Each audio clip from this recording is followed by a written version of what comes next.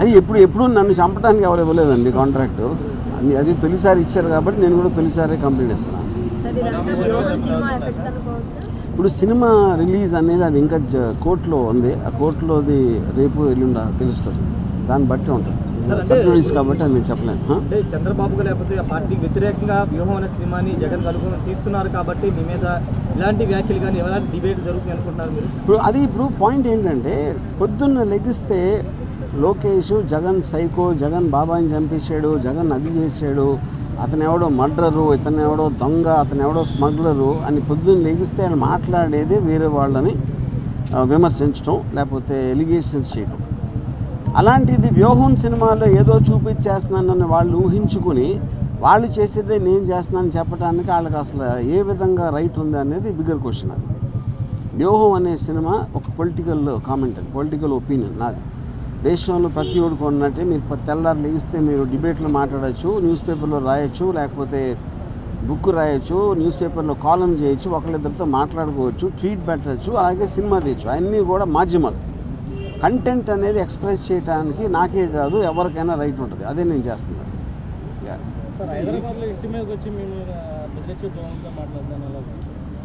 నేను అదే చెప్తున్నా. ఇప్పుడు ప్యానిక్ అవుతున్నారా ఏంటా అనేది వాళ్ళకే తెలియాలి. ఎక్కడ వ్యూహంలో ఏమొస్తే ఏం చూపించేస్తే మా గురించి ఇప్పుడు చాలా చిన్న సింపుల్ కామన్ సెన్స్ క్వశ్చన్ అడుగుతాను.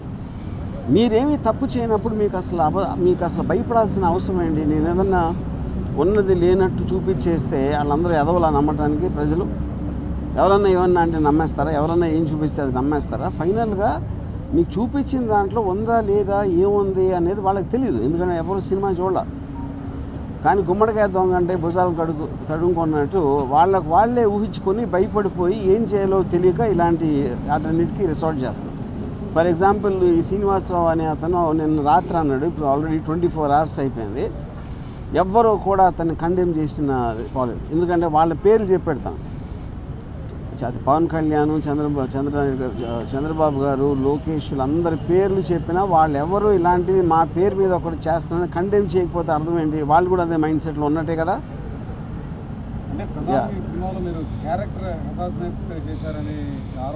నేను అదే కాదండి, నేను అదే అంటున్నా. ఈ సినిమాలో క్యారెక్టర్ అసాసినేట్ చేస్తాను అభియోగం మీరు చేస్తే, వాళ్ళు చేస్తే పొద్దున్న లెగిస్తే చేసేదేంటి? ఎవరైనా కాదు, నేను చెప్పేది ఉట్టి జగన్ కాదు, పాలిటీషియన్ అనే ప్రతి మనిషి కూడా పొద్దున్న లెగిస్తే ఎవరో ఒక క్యారెక్టర్ అసాసినేట్ చేయడమే పనిగా పెట్టుకుంటారు. అది that is a part of life. మీడియాలో ఎవరు మాట్లాడినా ఎవరో ఒకరిని క్యారెక్టర్ అసాసినేట్ చేస్తారు. ఓకే, క్యారెక్టర్ అసాసినేషన్ కేవలం ఒక పేరు, అది లేబుల్. యాక్చువల్ పాయింట్ ఏంటి? అది ఒపీనియన్ చెప్తున్నారు, ఒకళ్ళ మీద ఒక ఒపీనియన్ వాళ్ళు చెప్తున్నారు. అది ప్రజాస్వామ్యంలో that is a fundamental right granted under Article 19 to tell an opinion. సినిమాలో నేను చేసింది అదే. ఆబ్వియస్లీ వాళ్ళ ప్రాసెస్, వాళ్ళ ప్రొసీజర్ ఉంటుంది, దాన్ని బట్టి వాళ్ళు దే విల్ టేక్ యాక్షన్. నేను ఇచ్చింది మన Srinivasarao, Sambasivarao anchor, TV5 channel owner BR Naidu, ముగ్గురు మీద ఇచ్చాను.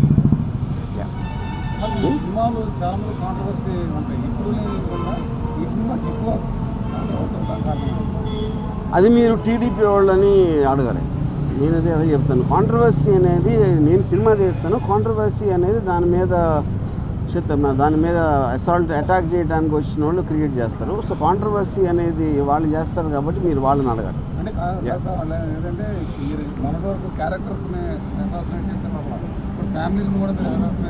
ఏ ఫ్యామిలీస్ని ఎలా తెలుసు మీకు? అది మీరు కలగన్నారా? లేకపోతే నా ఇటీనుల్లోకి వచ్చి చూస్తారా అలాంటి సీన్లు ఉన్నాయని?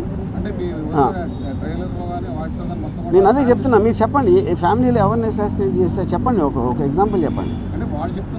నేను అదే అంటున్నాను, వాళ్ళు చూసింది మీరు చూసింది ఒకటే కదా ట్రైలర్లో. నేను కొంచెం సపరేట్గా వాళ్ళకి పంపించలేదు కదా సినిమాని చూడటానికి. ఓకే,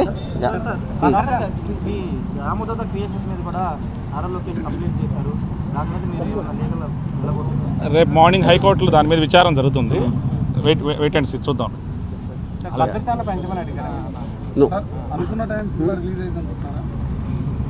ఇప్పుడు అది నేను కోర్టు గురించి కామెంట్ చేసినట్టు ఉంటుంది.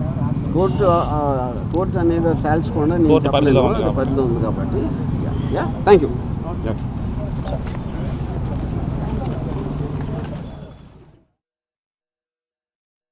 ఇద్దరు కుమ్ముక్కై ముందే ప్లాన్ చేసుకున్నట్టు క్లియర్గా అర్థమవుతుంది. మూడోది దాని తర్వాత కంటిన్యూ చేసే డిస్కషన్, దాన్ని బట్టి కూడా అది ప్రూవ్ అవుతుంది.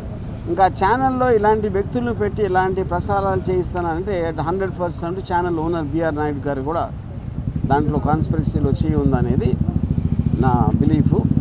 దాని సందర్భంగా అది ఆ కంప్లైంట్ ఇవ్వడానికి నేను వచ్చాను ఇక్కడ డీజీపీ గారి దగ్గరికి. నేను దాసరి కిరణ్ కుమార్ ఇద్దరం కంప్లైంట్ హ్యాండ్ ఓవర్ చేసాం. దానికి అప్రాప్రియేట్ యాక్షన్ వాళ్ళు దాంట్లో ఉన్న అన్ని పరిశీలించి వాళ్ళు తీసుకుంటారు. ఇది ఇక్కడ జరిగింది.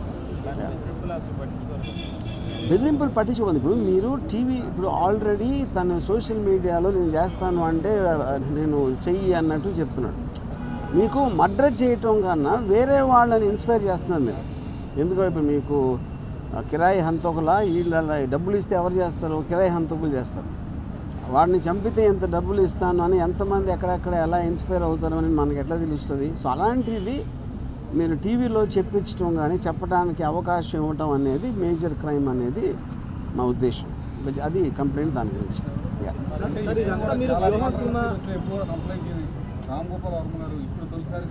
అది ఎప్పుడు నన్ను చంపడానికి ఎవరు ఇవ్వలేదండి కాంట్రాక్టు.